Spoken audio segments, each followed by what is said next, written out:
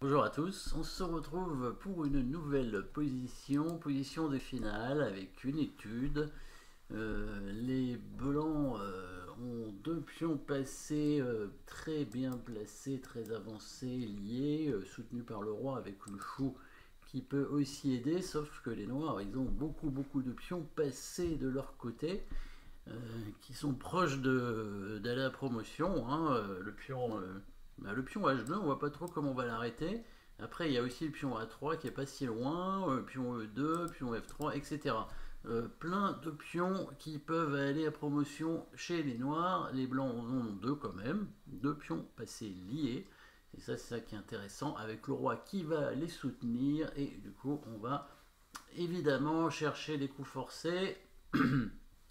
Et alors, il n'y a qu'un seul échec a priori, hein, le pion qui avance d'une case en B7. Les noirs, ils n'ont pas trop le choix, parce que s'ils viennent après le coup B7, s'ils viennent sur la case en B8, il y a le fou qui va arriver et qui va aider son pion à aller à dame. Il y a surtout le coup droit hein, en B6 qui va menacer finalement le mat imparable avec A7. Hein. Donc le premier coup est forcé, B7, le roi est obligé d'aller en A7 seul coup.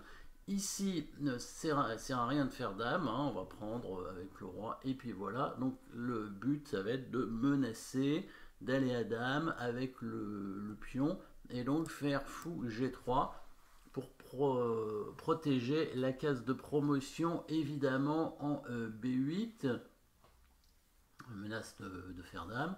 Par contre, le problème ici, c'est que les noirs vont pouvoir avancer ce pion pour intercepter, hein, puisqu'ils ont le cavalier qui défend. Hein, si on prend le pion avec le fou, bah, le cavalier va prendre le fou et après bah, il fera dame. Hein, et donc nous, on n'aura pas le temps d'aller à dame. Donc sur le coup, fou G3, il va faire D6. Ça, c'est un peu gênant. Qu'est-ce qu'on pourrait faire dans ces cas-là? Eh bien, on a une menace de mat, curieusement, après. Si on bouge le roi, en C6, ici, on va menacer avec le fou de revenir en F2 et s'il vient en B8, on pousse le pion en A7 et ça fait mat. Hein. Et s'il prend le pion A6, on a aussi une menace de mat cachée. Alors on va regarder ça. B7, fou G3, D6, roi C6. Et là, par exemple, admettons les noirs font dame. Ici, le fou vient en F2. Alors, s'il vient en B8, évidemment, on fait mat tout de suite en A7. Et s'il prend le pion A6, que se passe-t-il? Vous pouvez réfléchir hein, au bon coup, évidemment, dans cette position. Alors, on pourrait faire dame, peut-être. Dans cette position, on peut faire dame et c'est mat imparable. Hein. Oui, on peut faire dame, effectivement. On peut faire dame et c'est mat imparable. Du coup, est-ce qu'on va essayer de jouer une précision avec les noirs? Par exemple, ici, faire promotion dame plutôt en E1, c'est mieux. Voilà. Et ensuite, on fait dame en H1. Voilà. Comme ça, c'est la différence. Bon, il n'y en a pas tant que ça finalement. On pourrait quand même faire dame avec le pion. Hein, et en fait, il n'y aurait pas d'échec supplémentaire avec les noirs. Non, ça change rien. Là, on peut faire dame et c'est mat imparable. Bon, je ne sais pas si on peut forcer ce que je veux faire, c'est-à-dire jouer. Parce qu'en fait, quand on fait dame ici, sur roi prend A6, il y aurait un mat en deux coups avec la promotion cavalier. Mais c'est pas obligatoire. Hein. Voilà, suivi de fou B6 mat. Mais apparemment, c'est pas obligatoire. On peut faire simplement dame et c'est mat imparable aussi. Hein. Bon, là, c'est pas sur échec, évidemment, c'est pas un coup forcé complètement, mais c'est quand même une menace de mat, et comme elle est imparable, ben, ce sera quand même mat au prochain coup. Hein. Il n'y a même pas d'échec pour les noirs. Bon, du coup, les noirs sont obligés d'empêcher le coup fou F2. Hein. Donc E1 dame l'empêche, mais ça donne le pion pour rien, finalement, on a vu. Donc, évidemment, quel est le coup de défense ici hein, c'était la pause pour trouver le seul coup qui permet d'empêcher le coup fou F2, hein, qui est la menace des blancs, évidemment.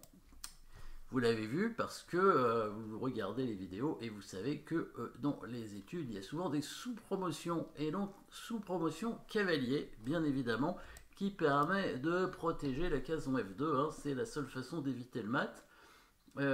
Si le fou tente d'aller ailleurs pour faire échec, là on pourra faire dame. Hein. S'il vient en F4, là on fait dame et là ça va pas du tout.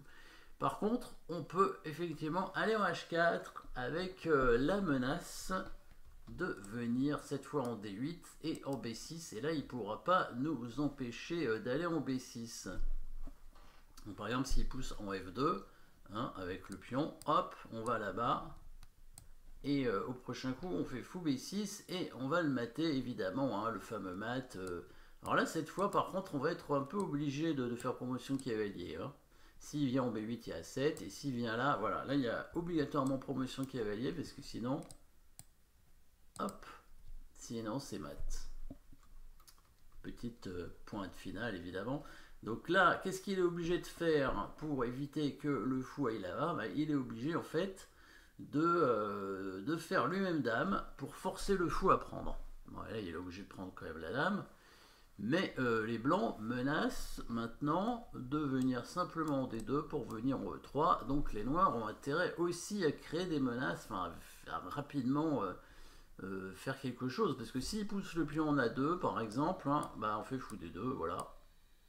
Voilà, on se retrouve dans la même position que tout à l'heure avec le fou en E3. Alors là, cette fois, ah, voilà, peut-être qu'ici, par roi B8, hein, mais là-dessus, voilà, là, on a la fameuse promotion cavalier. Cette fois, ça, le coup B8 dame ne fonctionne pas, hein, parce qu'il y a dame prend C3.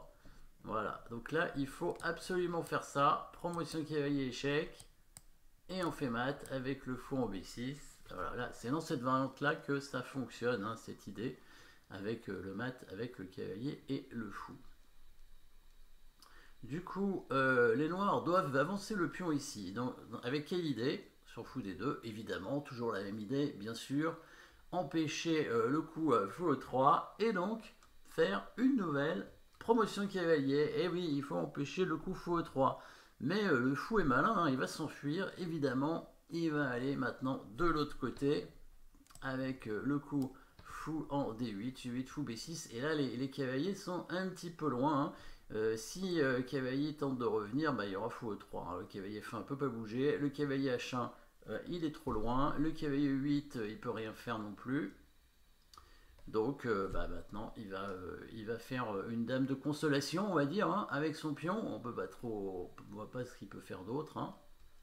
Voilà, il fait dame, échec, bien sûr. S'il vient en B8, on a le mat avec le pion ici. Et s'il prend le pion en A6, évidemment, on a vu le mat. Hein, évidemment, promotion cavalier. Une nouvelle promotion cavalier. Finalement, les noirs en ont fait deux. Et les blancs ont fait une. Voilà, petite promotion cavalier pour finir. Voilà, petite étude sympathique ici avec quelques sous-promotions des pions passés. Et un thème assez joli avec le mat ici dans cette position là à 2, voilà, fou D2, 1 dame et la petite promotion sous promotion cavalier qui permet de faire un joli mat avec le fou en B6, hein, d'où le pion blanc en C3 pour protéger évidemment cette case et le pion noir en A4 pour bloquer évidemment la case en A4. Hein. Je rappelle que la position est une étude et donc c'est une position inventée et donc les compositeurs mettent les pièces sur les cases qui leur permet justement d'obtenir, hein, ce genre de combinaison, ce genre de position de maths à la fin. Voilà, merci d'avoir suivi cette position, une étude de Pogosian. Je crois qu'on en a déjà vu. Et puis à très bientôt.